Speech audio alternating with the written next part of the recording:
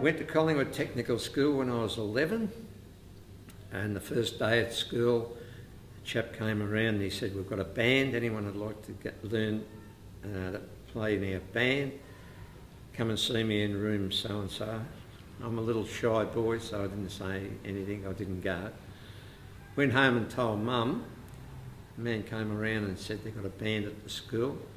The next day she's down at the school with the instrument, and I got dragged out of class, and that's when I was 11, and I've been playing it ever since. Along came this curly-haired fellow to play baritone. Well, I went to Preston in 1964. I was playing with the Heidelberg band on euphonium, and a guy that was in the Preston band, Tom Kett, said they're short of a euphonium, and he said we'd like to come over to Preston. And I'd never known A grade, and I said, "Oh yeah, I'll go over." So I went over, and I got the shock of my life. I couldn't handle the euphonium, A grade, so I went on to baritone. Jack came along very interested, always dedicated, great solo competitor in competition in Victoria and throughout. He was asked by seniors in the education department would he start up a band, so forth, and that was when he was at McLeod Tech, I think it's called. So anyhow, Jack had a lot of success in his teaching of young people there and became very, very dedicated. I always, immediately I suppose, had a lot of respect for him because he'd clearly done so much. And loved the band so much, cared about the band so much. When I was just starting, and I realised that it was something a bit more than just coming along and playing in a band. It was there was a bit of a legacy happening there, I suppose. The greatest success story, instrumentalist-wise, is George Militzis. George is an absolute superb player. But George was the main one. He worked his butt off and put his head down and really wanted to succeed as a cornet player and a trumpet player. And before the cabaret they had, as they usually do, we usually have the juniors playing a little bit beforehand, usually on the stage in the Preston Town Hall there. And it was like any junior band. It was rough, it was honky, it was noisy, but these kids were up there having a go.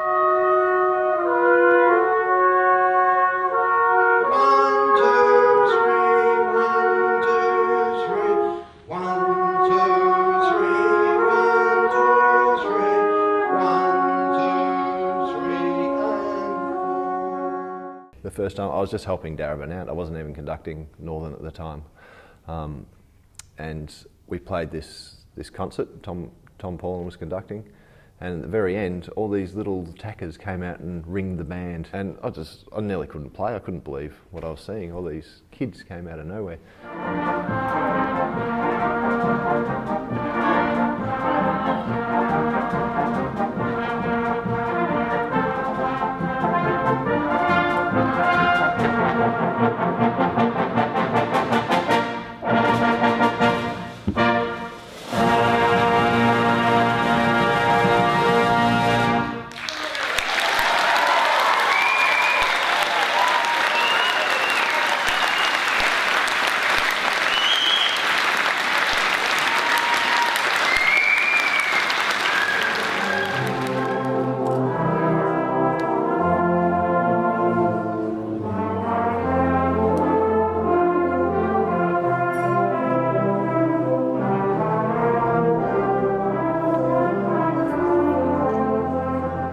Apart from my work was music, yeah, and I'm still doing it since age 11. Yeah. Thanks for coming down and being a part of this. I mean, we all know how special Jack was to everyone. And the amazing thing was, if you're in this room, it's because you were special to Jack as well. You knew that you were important to Jack as the kind of man he was, and the legacy of that. We have so many students and people that have come from interstate and all over the place to be a part of this. Tomorrow the band's going to be a bit bigger again, and a few people are away tonight, so.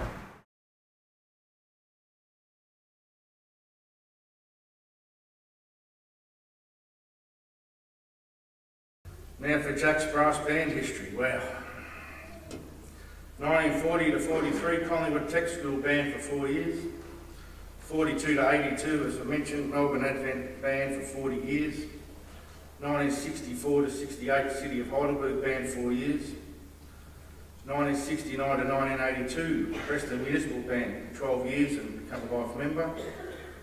This time he became VBL Victorian Band League Bachelor Merit again. 1979, Australian Baritone Champion in Perth, WA. Good on you, Dan. That was his greatest moment, I think, as an individual. There's more advancement. 83 to 93, Kew Band for 10 years, life member with them. 1984, Victorian Band League Certificate of Honour. 1994, 2006, back home to Preston Municipal Band, but the name changed to Darabin City Brass in 1995, 12 years. He finished playing A grade in 2004. VBL Victorian Band League life member as well. I grew older and I came to appreciate the magnitude of Jack's commitment to music and education. 5 nights a week he was at the band hall, passing on his love for music to anyone who cared to listen. Organising playouts, applying for grants, making new booklets for his kids. I would often think, why does he do it? When I was 15, I distinctly remember David King, a top conductor from the UK, running across the street in front of traffic just to come and shake Jack's hand. Jack said, "David, I'd like you to meet one of my kids." David looked down at me and said, "You're lucky. You can't get a better start in life than learning from Jack Kelly." He was right. He knew Jack. Being one of Jack's kids is a point of pride, something all his students cherish. We are the lucky ones. It meant that if you knew Jack, you were taught by Jack. It's not important to understand why he did it, but only to say, thank God he did it. Through music, he showed us all how to live. Jack is the heart and soul of Darabin Band.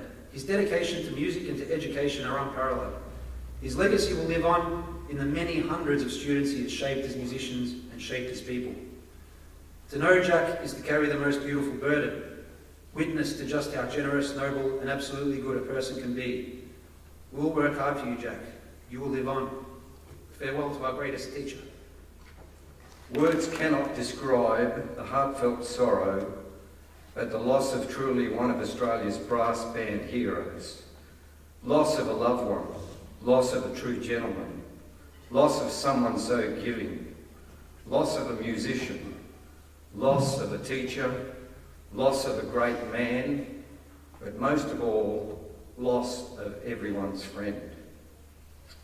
However, on reflection, I think I should say this.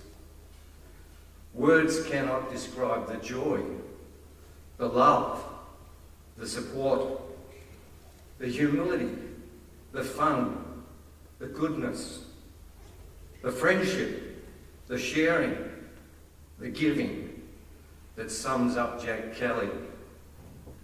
And it is for that reason that we've come here today to celebrate one of Australia's greatest brass band heroes.